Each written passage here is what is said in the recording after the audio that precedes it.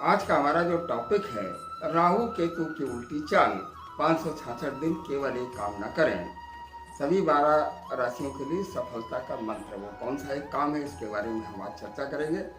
और राहु और केतु के बारे में विधिवत बात करेंगे। सारी 12 राशियों के बारे में हम बात करेंगे। मित्रों, मैं के मिश्रा ज्योतिष शोध सेवा संस्थान से आज आपके समक्ष हाजिर हुआ हूँ। और एक बात मैं कहना चाहूँगा कि अगर आप इस चैनल में नए हों तो इसे सब्सक्राइब अवश्य करें, और अगर पहले से सब्सक्राइब कर रखा है तो शेयर करें।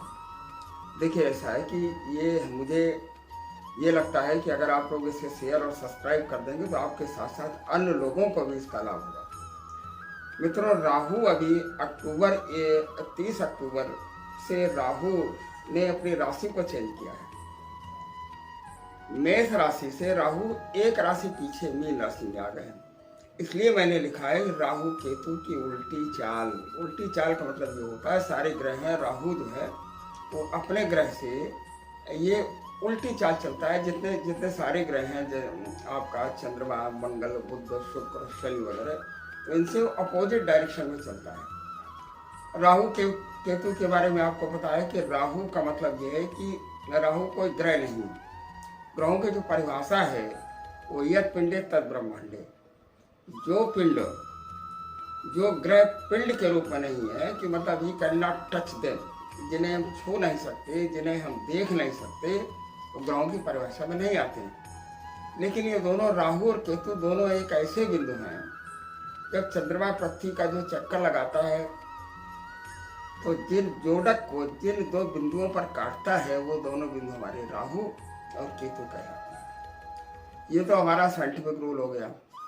अब एक पौराणिक कथा है, जब समुद्र मंथन में अमृत निकला तो एक राक्षस ने अमृत का पान कर लिया।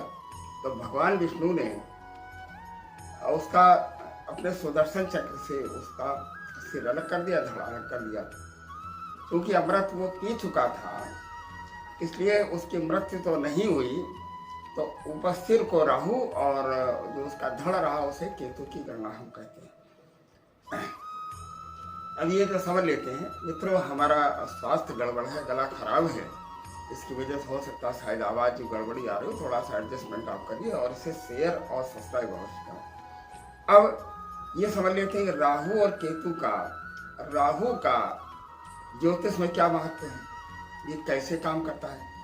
राहु कैटलिस्ट के तरीके से काम करता है। अगर आप लोग साइंस के स्टूडेंट हो तो आप ये समझिए, वो प्रेरक की तरीके से काम करता है। ये जिस राशि में होता है उस राशि का ही फल करने लगता है।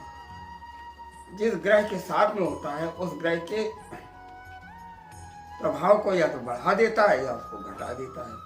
राहु का ये काम है। और राहु अचानक से फलकारक है, अचानक से ये फल देता है, और जब लेने के लिए बैठता है तो अचानक से झाड़ू लगा देता है।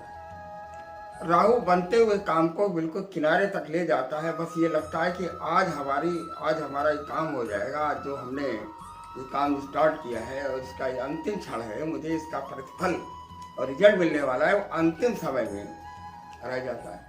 मैंने सैकड़ों कुंडलियों को देखा है, जिनमें से विद्यार्थियों को जो कुंडली देखी वो कहते हैं, गुरुजी आधे नंबर से रुक गए, 1 नंबर से रुक गए, और हम 2 नंबर से रुक गए। तो राहु एक बाधक ग्रह है, बाधाएं खड़ी करता है। ये तो इसका नेचर हो गया। अब राहु का जो गोचर है वो 18 महीने का होता है। ये एक राशि में ये 18 महीने रहता है।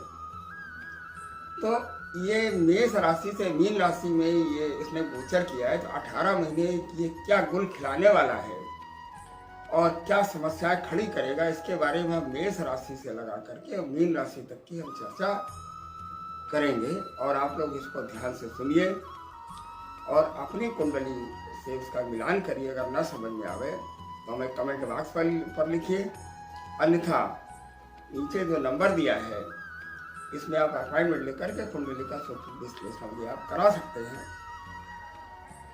हमने इसमें उपाय की भी चर्चा की है। हम इसके बारे में उपाय भी हम आपको बताएंगे, जिन्हें आपको विधिवत करना है, विधिवत देखना है। और राहु से डरने और परेशान होने की आवश्यकता नहीं।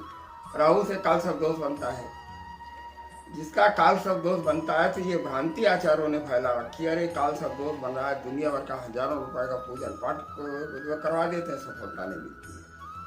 देखिए, उपायों का सीधा सीधा मतलब ये होता है कि देखिए ऐसा है कि मान लीजिए मई जून के महीने में सूर्य की गर्मी को हम कम नहीं कर सकते, लेकिन छाता लगा सकते हैं। तो ज्योतिष का सीधा सीधा मतलब, एस्ट्रोलॉजी का मतलब ये है कि भविष्य में होने वाली घटनाओं की पूर्व में हमें जानकारी मिल जाती है। देखिए ऐसा है, वो घटनाएं घटित हो तो होंगी, केवल वो घटना न घटित हो, इसलिए केवल शक्ति जो है भगवान भोलेनाथ में है, और किसी में वो ताकत नहीं है कि प्रकृति के इस नियम को तोड़ सके। जो आपके साथ होना ही है, लेकिन अगर पहले से जानकारी मिल जाएगी तो आप उससे कुछ उसका प्रभाव को कम कर सकते हैं, कुछ उसके साइड इफेक्ट को भी आप कम कर सकते हैं। जैसे भयंकर सर्दी पड़ने वाली है, या मौसम की भविष्यवाणी हो जाए, कोई ये कहे कि कल जो है बरसात होगी, घर से या तो आप न निकलिए, तो कोई आवश्यक काम हो तो छाता लेकर के निकलिए, रेनकोट लेकर निकलिए। जितना इससे लाभ होता है उतना ही इन उपायों से लाभ होता है। तो मित्रों, प्रारंभ करने से पूर्व एक बार पुनः आग्रह है हमारा कि हमारी इस मेहनत को थोड़ा सा सफलता हमें ये चाहिए कि आप लोग इसे सब्सक्राइब करें और कम से कम 10 लोगों को शेयर करें, जिससे जो है हमें भी इसका लाभ हो और हमें भी 10 लोग जाने। आइए बात कर लेते हैं मेष राशि। देखिए, लग्न और राशि, अगर आपकी आजकल जो जन्म कुंडलियां बन रही कंप्यूटर से बन रही हैं, तो उसमें जो पहला स्थान होता है कंप्यूटर का, तो आइए प्रारंभ करते हैं। सबसे हमारी पहली राशि को हम लेते हैं मेष राशि। मित्रों, एक बात मैं पहले जो बता देना चाहता हूँ कि आजकल जितनी भी कुंडलियां बनती हैं वो बहुत ही सुगम तरीका उनका ये होता है, कंप्यूटर से बनती है। प्रथम पेज में ही, पहले पृष्ठ में ही 3 चार्ट बने होते हैं, लग्न चार्ट, चंद्र लग्न चार्ट और नवमांश। तो अगर आपका प्रथम खाने में 1 लिखा है और उसी में चंद्रमा है, तो आपकी मेष लग्न और मेष राशि हो गई। तो आज बात करते हैं मेष राशि की, मेष लग्न की बात करते हैं। मित्रों, मेष लग्न में और मेष राशि में देखिए, आप इस प्रभाव को, चूंकि लंबे समय का काम है, ये 1.5 वर्ष तक आपको इस राहु के साथ में रहना है, उसके अच्छे और बुरे प्रभावों को सहना है, इसलिए आप इस प्रभाव को लग्न से देखें। तो बात कर लेते हैं मेष लग्न की, मेष राशि की। तो मेष राशि मेष लग्न में जो आपका राहु गोचर करेगा 12वें स्थान में गोचर करेगा। 12वां स्थान तो बड़ा खराब स्थान है, ये व्यय का स्थान है, और गुरु की राशि में राहु बैठ करके एक तो योग बड़ा खराब बनाता है, जिसे कुछ लोग गुरु चांडाल योग भी कहते हैं। तो धन की राशि में, जली तत्व की राशि में राहु का होना अनायास खर्च को बढ़ा देता है। राहु की 3 दृष्टियां हैं, कौन कौन? इसकी तीसरी, माफ कीजिएगा, 5वीं, 7वीं और 9वीं। तो 5वीं जब आप काउंट करेंगे मेष राशि से, तो 5वीं दृष्टि इनकी पड़ेगी आपकी 4थे स्थान में, क्योंकि 12 से हम जब काउंट करेंगे तो मीन, मेष, वृष, मिथुन और कर्क। तो कर्क राशि मेष राशि वालों के लिए, मेष लग्न वालों के लिए 4थे स्थान में आएगी। और जो 9वीं दृष्टि पड़ेगी, माफ कीजिएगा 7वीं दृष्टि पड़ेगी, वो इनके 6ठे स्थान में पड़ेगी। 6ठे स्थान में कन्या राशि आ रही है, और जो 9वीं दृष्टि पड़ेगी वो 8वें स्थान में पड़ेगी, जिसमें वृश्चिक राशि आ रही है। इन तीनों का हम फल देते हैं। सबसे पहले तो हम ये बताते हैं कि जो राहु है वो 12वें स्थान में बैठ करके अनायास खर्च को बढ़ाता है। इस तरीके के खर्च को बढ़ाता है कि आप लोग खर्च कर देंगे और फिर बाद में सोचेंगे यहाँ हमें खर्च नहीं करना चाहिए, ये हमारा खर्च गलत हो गया। जैसे घूमना अनायास, अचानक से बैठे बैठे अचानक से फल देता है। अचानक से बैठे बैठे योजना बनी कि चलो घूमा जाए, और आजकल यात्रा करने में, घूमने में 10-20, 50,000, लाख 50,000 रुपया खर्चा होता है। तो घूमने की स्थिति पैदा कर ली, तो लिहाजा घूमने के लिए चले गए। वहाँ से जब लौट करके आए तो कहना हमारा जो बजट बिगड़ गया, मुझे इस तरीके से नहीं जाना चाहिए, अनायास हमारा खर्च हो गया।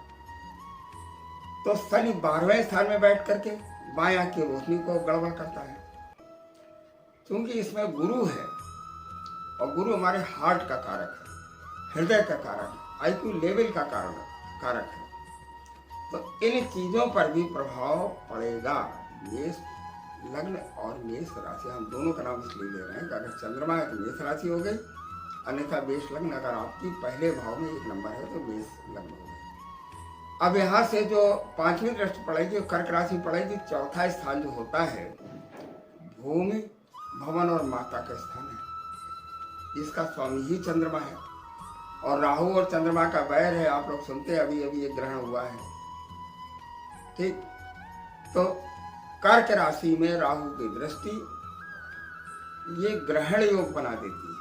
अब ग्रहण किन किन चीजों पर पड़ेगा, मतलब ग्रहण योग किन किन चीजों में लगेगा, जो चंद्रमा से संबंधित है, उस भाव से संबंधित है।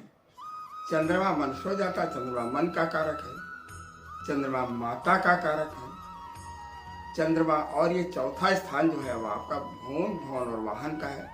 चौथा स्थान हमारा नेतागिरी और राजनीति का है, चौथा स्थान हमारा जनता का है।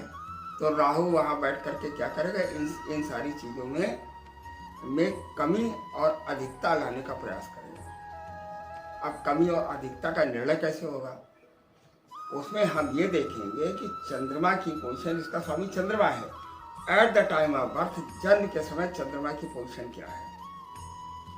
और चंद्रमा की पोजीशन अगर अच्छी नहीं है तो माता का स्वास्थ्य खराब हो जाएगा। और फिलहाल इस पीरियड में कोई वाहन ना खरीदे, अगर बहुत ही इमरजेंसी पड़े तो वाहन अपने नाम से न लें, घर के किसी मेंबर के नाम से आप ले लें। और अगर लेना ही पड़े मजबूरी में तो कर्ज से न लें। अगर कर्ज से भी लेना पड़े तो आप क्या करें, उसे आप अपने नाम से न लेकर के पत्नी के नाम से ले लें। पत्नी के नाम से आप जब वाहन परचेज करेंगे तो राहु जो सेपरेटर ग्रह जो करता क्या है, उस भाव के कारकत्व को नष्ट कर देता है, तो उसका कुछ प्रभाव कम हो जाएगा। वाहन लेंगे, आसानी से वाहन चलेगा, उसकी इंस्टॉलमेंट किस्त वगैरह जो वो है वो आराम से जाएंगे। और माता के स्वास्थ्य का विशेष ध्यान रखें। इसके बाद में जो इनकी दृष्टि पड़ रही, नवी दृष्टि पड़ेगी मेष राशि में राहु की, वो आपके 6ठे स्थान में पड़ेंगे। 6वां स्थान रोग और ऋण का स्थान है।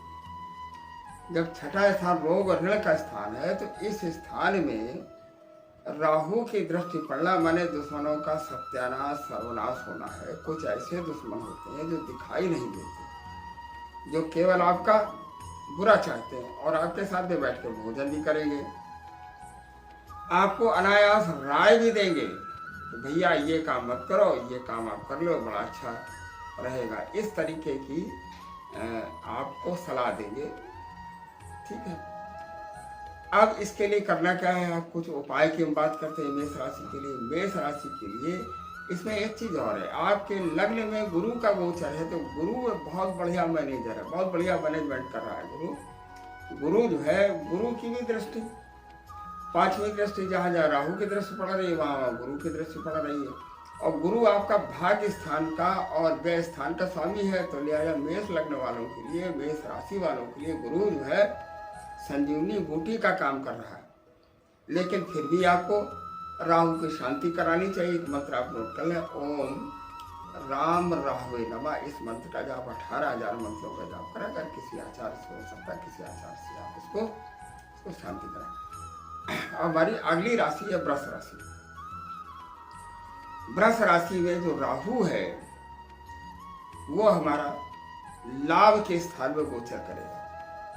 और लाभ के स्थान में जब गोचर करेगा तो ये लाभ को क्या करेगा, बढ़ावा देगा। पैसा चाहे जिस तरीके से आए, ले क्योंकि आपकी जो आमदनी का जरिया है, आपका जो कर्म भाव है, उसमें कौन सी राशि है, इसमें कुंभ राशि है जिसका स्वामी शनि है। तो लिहाजा कमीशन और दलाली का आपका काम अगर है तो विशेष ध्यान रखें कि पैसे को इस तरह से आप लाएं कि पैसा खराब न हो। खराब का मतलब समझते हैं, किसी की आत्मा न दुख है। ऊट पटांग तरीके से पैसे का धनार्जन ना करें। अगर आप करेंगे ऊट पटांग तरीके से पैसे का धनार्जन, तो अगर 1 रुपया कहीं से आप खराब तरीके से लाएंगे तो 1.5 रुपया 2 रुपया लेकर के जाएंगे। ये आप समझिए। बड़े भाई को से संबंध खराब हो सकते हैं, तो लिहाजा बड़े भाई से संबंध को बचा करके रखें। इनकी जो 5वीं दृष्टि है वो आपकी पड़ेगी तीसरे स्थान में। और तीसरा स्थान क्या है? तीसरा स्थान आपका छोटी मोटी यात्राओं का स्थान है, छोटे भाई का स्थान है। इसमें चूंकि राशि चंद्रमा बैठी है, चंद्रमा है, कर्क राशि है, जिसका स्वामी चंद्रमा का, चंद्रमा की पोजीशन आपकी कुंडली में अच्छी नहीं है वृष लग्न वृष राशि वालों के लिए। तो आपको करना क्या है? चंद्रमा बहुत बुरी तरह से डैमेज होगा। चंद्रमा मन को जाता है, मन सो जाता है। चंद्रमा मन का कारक है, तो चंद्रमा क्या करेगा? आपकी बुद्धि को खराब करेगा। तब आपको क्या करना है? बुद्धि को तो मतलब संभाल कर रखना। दूसरी चीज, चंद्रमा का आप उपाय करें, चंद्रमा का एक जाप आप करवाएं। इसके बाद में इनकी जो 9वीं दृष्टि पड़ेगी 5वें स्थान में पड़ेगी। 5वें स्थान में केतु महाराज पहले से जो विराजमान है। और कन्या राशि पड़ेगी। कन्या राशि का स्वामी बुध है, तो लिहाजा विवेक तो पहले ही प्रभावित होगा। जो बुद्धि का विकास है, विवेक है, क्योंकि ये भाव स्पेशली संतान का होता है, प्रेम का स्थान होता है। ऐसे जातक जो प्रेम विवाह करना चाहते हैं, श्रीमान जी 1.5 वर्ष ना करें। ऐसी हमारी महिला बहनें जो प्रेगनेंसी की स्थिति में, उन्हें विशेष सावधानी रखनी है। मेडिकल सपोर्ट उन्हें पूरी तरह से लेना है, क्योंकि राहु सेपरेटर ग्रह संतान को क्या करता है? संतान को नुकसान पहुंचा सकता है। तो लिहाजा राहु का जाप यहाँ कराना अति आवश्यक है। इनके लिए बहुत बढ़िया उपाय मैं आपको तो बता देता हूँ। हालांकि हमारा टॉपिक था कि केवल एक काम ना करें, ठीक। राहु को बढ़ावा देने वाले जो कारक हैं, इन्हें आप ना करें। इनके लिए सबसे अच्छा उपाय यह है कि जौ को गाय के दूध में धो करके अगले दिन सुबह बहते हुए जल में प्रवाहित करें। ये काम आप बुधवार को करना है या शनिवार को करना है। ये काम आप करेंगे तो संतान को भी लाभ होगा। और जो विद्यार्थी हमारे शिक्षक हैं, जो हमारे शिक्षार्थी हैं, जो विद्यार्थी हैं, ये परीक्षा में निश्चित पास होंगे। अगर 1-2 नंबरों से रह जाते हैं तो परेशान हो, क्योंकि 1.5 वर्ष की लंबी अवधि होती है। इसके बाद जो परीक्षा देंगे उसमें उन्हें सफलता मिलेगी। राहु का ये नेचर है कि व्यवधान उत्पन्न करता है। ये तो हमारे वृष राशि का गोचर। अब बात कर लेते हैं मिथुन राशि की। मिथुन राशि में जो राहु महाराज हैं, वो कर्म के स्थान में गोचर करेंगे 1.5 वर्ष। कर्म के स्थान में जब राहु में गोचर करते हैं तो करते क्या है? कर्म को तेजी से एक साइड कर देते हैं और तेजी से घटा देते हैं। एक और एकदम से आपका प्रमोशन कर दें, और एकदम से आपका प्रमोशन डिमोशन करा दें। जो आपके अफसर हैं, अगर आपसे उम्र में बड़े हैं और उनकी उम्र अगर 50+ है, तो उनका आशीर्वाद अवश्य लेना आवश्यक है। क्योंकि मीन राशि है, मीन राशि का स्वामी गुरु है, तो उनका आशीर्वाद आपको लेना अति आवश्यक है। उनका आशीर्वाद लेते रहें और मेहनत से काम करें। अगर ईमानदारी बरतेंगे तो मिथुन लग्न या मिथुन राशि वाले व्यक्ति जो है अच्छी तरह से उन्हें सफलता मिलेगी। इस अवधि में मकान का निर्माण न करना, क्योंकि कन्या राशि है। कन्या, इनकी जो चौथी दृष्टि पड़ेगी, माफ कीजिएगा, 5वीं दृष्टि पड़ेगी, वो वाणी के स्थान में पड़ेगी, धन के स्थान में पड़ेगी, परिवार के स्थान में पड़ेगी, जहाँ कर्क राशि है। कर्क राशि का स्वामी चंद्रमा है, तो परिवार में विद्रोह हो सकता है। अगर विद्रोह की स्थिति पहले से चली आ रही है तो विद्रोह बढ़ जाएगा। ये आपको इसका मैनेजमेंट करना है। बहुत ही बुद्धि और विवेक से आपको इस विद्रोह को आपको दबाना है, और विद्रोह को आप अच्छी तरह से मैनेज करके चलिए। एक अच्छे मैनेजर आप बनिए, अन्यथा परिवार से आपको दूर जाना पड़ेगा। इनकी जो 9वीं दृष्टि है वो आपकी 6ठे स्थान में पड़ेगी, और 6वां स्थान शत्रुओं का स्थान है। शत्रु तो धराशायी हो जाएंगे, इसमें कोई दो राय नहीं। अगर जमीन से जुड़े हुए विवाद हैं तो सब निपट जाएंगे। कोशिश ये करें कि नया मुकदमा ना लगने पावे। अगर आप जमीन से जुड़ा हुआ कारोबार कर रहे हैं तो नए मुकदमे की स्थिति बन सकती है, तो लिहाजा नए मुकदमे से आप बचें। अब इनके लिए उपाय क्या करना है? इनके लिए उपाय ये करना है, क्योंकि छठा स्थान इनके लिए नुकसानदायक है और इनकी जो सातवीं दृष्टि पड़ेगी चौथे स्थान में पड़ेगी। चौथा स्थान माता का भी स्थान है, और जो हमारे राजनीतिक व्यक्ति हैं जो चुनाव लड़ना चाहते हैं, इनको जो है बुद्ध का उपाय करना चाहिए। इन्हें एक रत्न है, वो मैं जो बता देता हूँ, इनको नीलम धारण करें तो राजनीति में इनको सफलता मिलेगी और राहु की शांति का। अब आ जाते हैं अगली राशि में, कर्क राशि। कर्क राशि में जो राहु की स्थिति नवंबर में रहने वाली है, 1.5 वर्ष जो रहेगी राहु की स्थिति, तो भाग्य के स्थान में रहेगी। वही भाग्य का स्थान, वही पिता का स्थान। केवल एक काम ना करें। कौन सा काम नहीं करना है कर्क राशि वालों को? नास्तिक नहीं होना कि पूजन पाठ सब बेकार, सब कुछ बेकार। चाहे जितना हनुमान जी की पूजा कर लो, चाहे जिसकी पूजा कर लो, हमें कोई लाभ नहीं होने वाला, ये भावना में बिल्कुल भी न लावे। पिता की सेवा करें, पिता से संबंध खराब हो सकता है। ठीक, पिता का जितना आशीर्वाद लेंगे तो कर्क लगने वालों के लिए बहुत ही अति सुंदर ये राहु आपका क्या करेगा? आपको लाभ देगा। राहु इनकी जो दृष्टि पड़ेगी वो आपके लग्न में पड़ेगी, और आपका स्वामी चंद्रमा है, आपका लग्नेश चंद्रमा है, तो यहाँ पर जब पड़ेगी तो मति भ्रम की स्थिति पैदा होगी। हो सकता है कि सीने में और छाती में इन्फेक्शन की स्थिति हो, सर्दी जुकाम नजला वगैरह की स्थिति बने, तो लिहाजा डॉक्टर से आपको परामर्श आपको लेते रहना है। इसमें कतई कोताही बिल्कुल भी ना करें। और इसके बाद में जो अगली इनकी नवीं दृष्टि पड़ेगी वो तीसरे स्थान में पड़ेगी।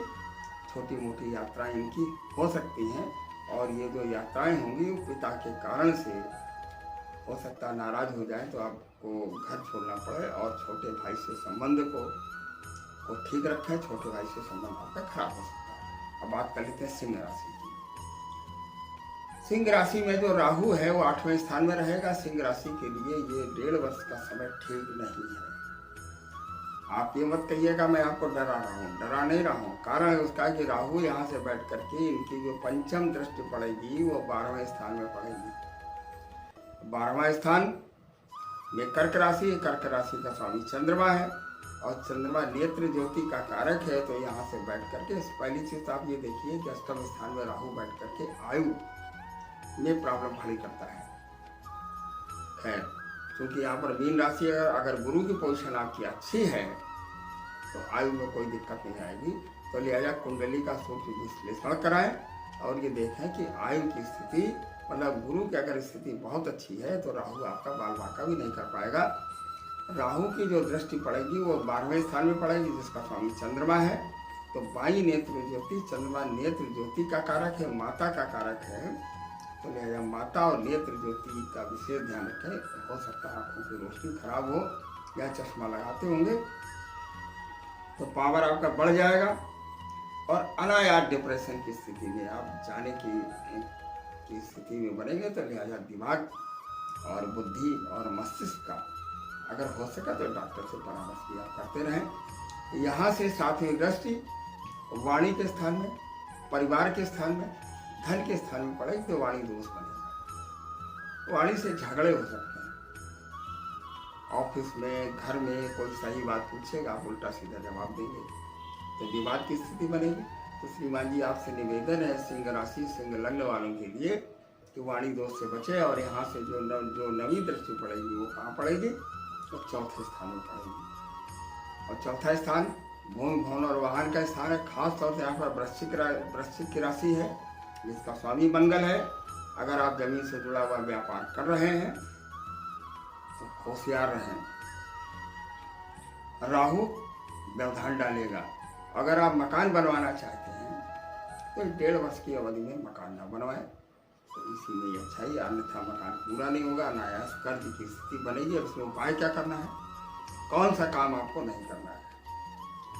पहला काम तो ये है कि मिथ्या न बोले, झूठ न बोले बिल्कुल, क्योंकि राहु के दृष्टि वाणी के स्थान में अगर आप गलत बोलेंगे, मांस मदिरा का सेवन करेंगे, फास्ट फूड, वाणी माने मुंह का स्थान, वाणी का स्थान, वाणी के स्थान को ब्रह्म स्थान भी बोलते हैं पूरे शरीर में। यहीं से मंत्र का जाप होता है, यहीं से आदमी गालियाँ भी देता है, यहीं से आदमी झूठ बोलता है, यहीं से आदमी स्वर्ग भी चला जाता है, यहीं से आदमी मार भी खा लेता है, यहीं से आदमी नरक भी चला जाता है। तो लिहाजा मिथ्या बिल्कुल भी न बोले, वाणी को संभाल करके रखें, फास्ट फूड का सेवन न करें, दवा दारू का सेवन न करें, मीट न खाएं, और ऐसी चीज़ों का, और ख़ास तौर से मिथ्या न बोलें, क्योंकि राहु मिथ्या बुलवाता है ताकि राहु पावरफुल हो, राहु दमदार। अब बात कर लेते हैं कन्या राशि। कन्या राशि में जो राहु 7वें स्थान में पड़ेगा, 7वां स्थान केंद्र का स्थान है, सबसे बड़ी मुसीबत ये पत्नी का स्थान है। राहु इज ए सेपरेटर है, राहु जिस भाव में बैठता है उस भाव के कारकत्व को नष्ट कर देता है, वहाँ से दूरियां बना देता है। राहु में गुरु की राशि, खासतौर से महिला जातक जिनका पति का कारक गुरु है, और इस भाव में मीन राशि है जिसका स्वामी गुरु है, तो ऐसी महिलाएं जिनका पति से विवाद चल रहा है तो विवाद सुलझा ले, अन्यथा 1.5 वर्षों में तलाक निश्चित हो जाए।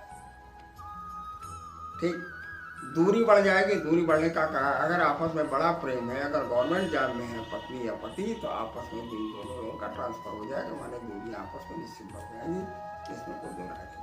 अब उपाय क्या करना है? महिला जातक को गुरु की आराधना करती 16 गुरुवार का व्रत रहना है। अगर पुरुष जातक है तो उन्हें राहु का जाप करना है, ओम राम राहुवे नमः, इस मंत्र का जाप करें, और पीपल के पत्ते को लाएं, उसमें ओम नमः शिवाय लिख करके 11 और 21 पत्ते बहते हुए जल में इससे प्रभावित करें, और गाय के दूध में जौ को भिगो करके उन्हें धो करके एक नारियल, नीला फूल और छेद वाला तांबे का सिक्का लेकर के शनिवार को प्रवाहित करें, निश्चित सफलता प्राप्त होगी।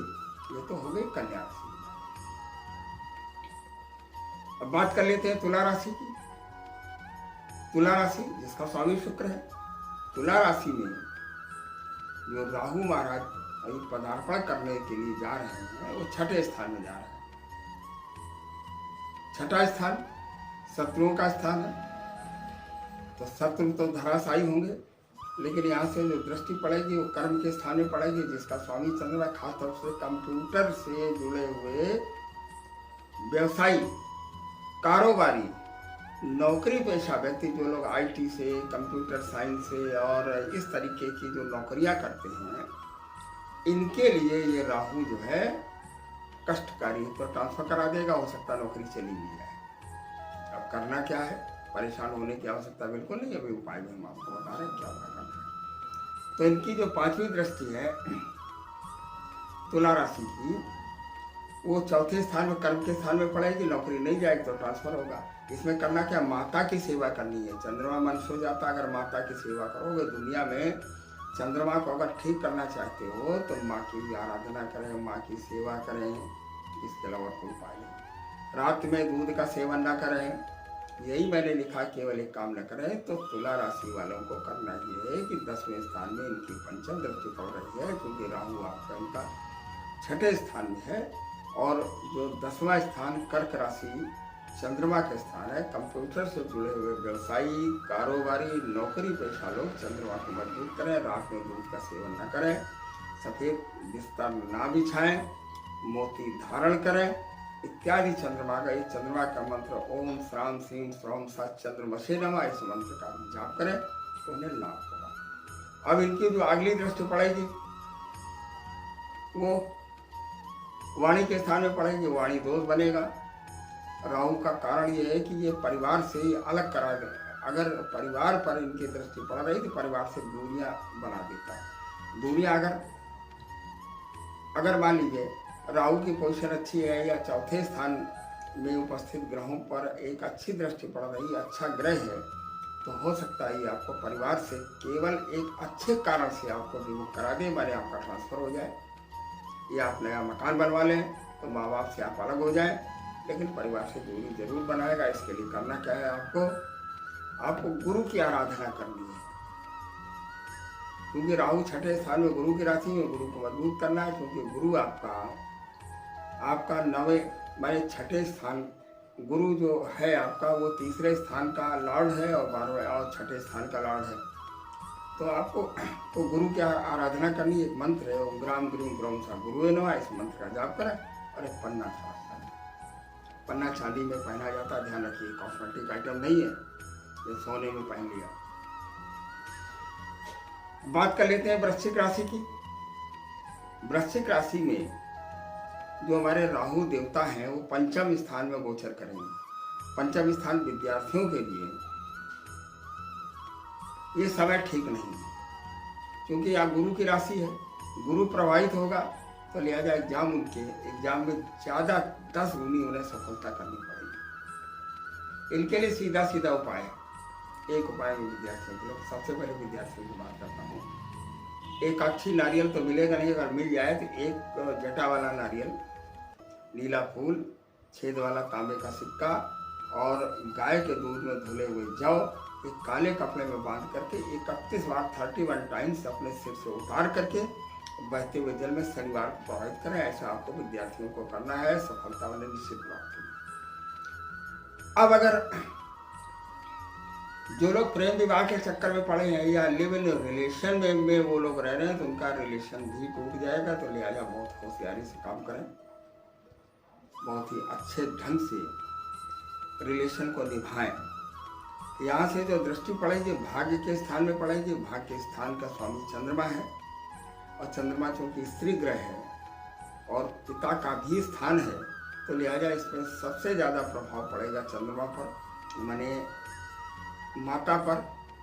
और माता को कष्ट तभी होता है जब पति को कुछ होता है, माने पिता के लिए ये समय ठीक नहीं है, तो लिहाजा चंद्रमा की आराधना करें, पिता की आप सेवा करें। इसके बाद में जो इनकी अगली दृष्टि पड़ेगी वृश्चिक राशि में, नवी दृष्टि पड़ेगी, वो इनके लग्न पर पड़ेगी। लग्न में वृश्चिक राशि है जिसका स्वामी मंगल है और राहु और मंगल की दृष्टि डालकर अंगारक योग बनाएगा, गुस्सा बढ़ेगी, थायराइड के अगर आप शिकार हैं थायराइड बढ़ जाएगा, हीमोग्लोबिन का परसेंटेज अप डाउन लगा रहेगा, त्वचा रोग हो सकते हैं। इन सारी चीज़ों से बचने के लिए आपको करना क्या है? पहली चीज़ तो डॉक्टर से परामर्श लेंगे, दवा, इसके बाद में दुआ, या दुआ और दवा दोनों एक साथ। अब चूंकि वृश्चिक राशि है, वृश्चिक राशि का स्वामी मंगल है, तो मंगल की आराधना करनी है। ओम क्राम क्रीम क्रम सा भौमाय नमः, इस मंत्र का जाप करें और श्री हनुमान जी को चमेली के तेल में चोला चढ़ाएं, माने बंधन चढ़ाएं और प्रतिदिन 5 लड्डू बेसन के उन्हें अर्पित करें और सुबह शाम उनके दर्शन अवश्य करें और राम रक्षा स्तोत्र का पाठ करें। अब बात कर लेते हैं धनु राशि की।